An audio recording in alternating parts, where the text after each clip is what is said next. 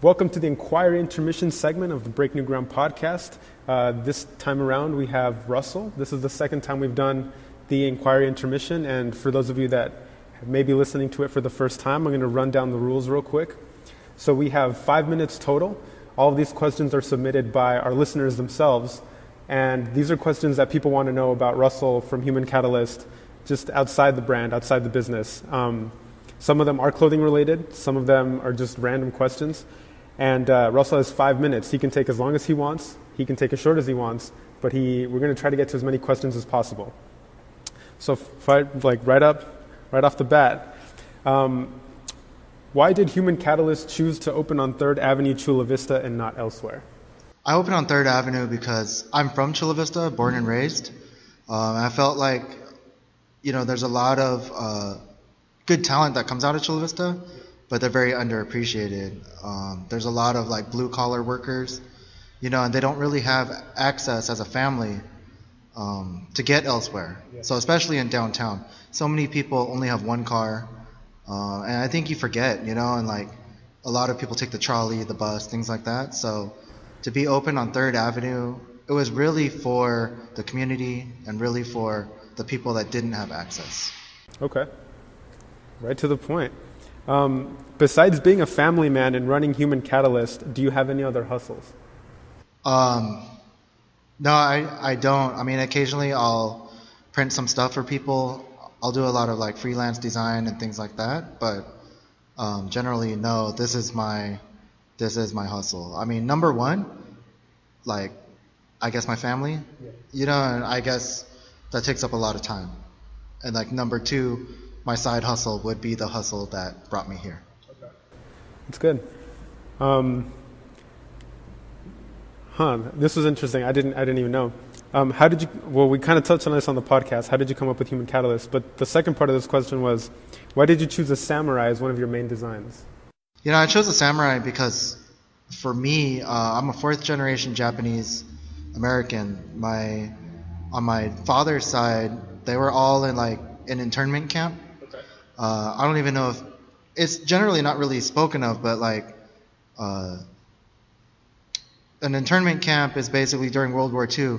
The last thing you'd want to be is Japanese. Okay. So my family was taken away from their home, and then they were brought to the desert.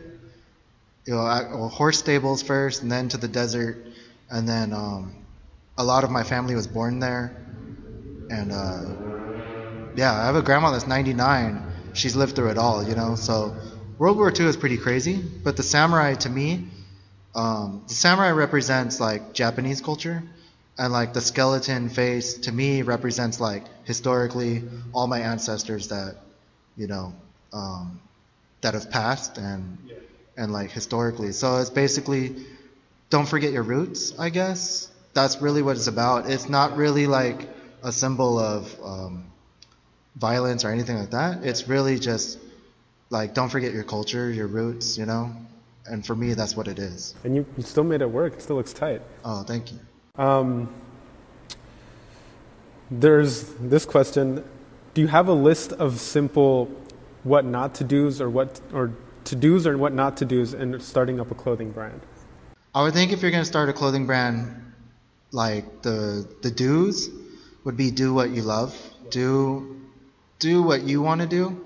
Don't base your design off a box logo or things like that. So many people make what's already out there, right. And unfortunately they've been probably doing it longer, and it's going to be done better than you.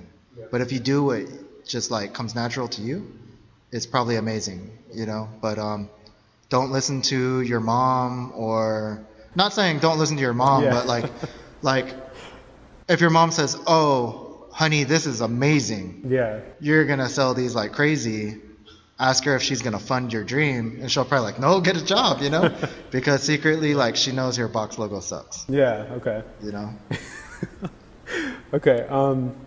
This was kind of touched on the podcast, but just to reiterate, is Human Catalyst all you, or do you have a team of people involved in any sort of the process, any part of the process? Human Catalyst in itself is me. I got an amazing bookkeeper and business manager, which is my wife, that she kind of checks me when I'm thinking crazy. Yeah. You know, but for the most part, like I've met so many amazing people that like are willing to help me along the way, putting tents up, things like that. So like I can't say it's completely all me. There's definitely been a lot of like customer love along the way.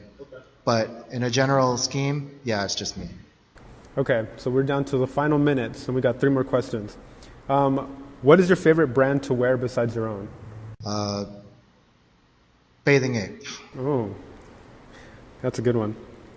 Where do you pull inspiration from, and how do you document / archive that for later? I pull inspiration, like, honestly, every artist that you meet, they're weird.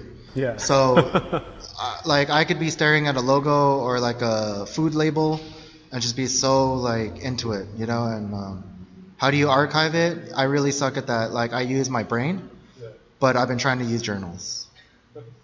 Okay, let's try to get to this last one. At what point did you decide that you were going to stick to this? At what point did you decide that you were going to run with this and stick to it for the long run? You know, I think what happened was like when I made stuff and I actually sold something to someone that I didn't know and they were blown away by it and really into it, I think I realized that like, wow, maybe I am doing something right. Yeah.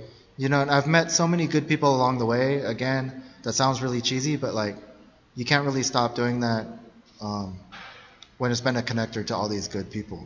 Right. You know, so like I'm all for it. Yeah. Wow. So there was. You went a little bit overboard, but I'm not gonna hold that against you.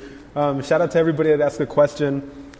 Keep asking questions for the next episodes moving forward. And this part of the podcast is actually being recorded on video. So this is the first time we're doing this. Any feedback is appreciated. And shout out to everybody that's listening to the podcast. Shout out to Russell. And check out the main podcast that's been uploaded prior to this. All right. Everyone have a great day. And thank you for listening to the Break New Ground podcast. Peace.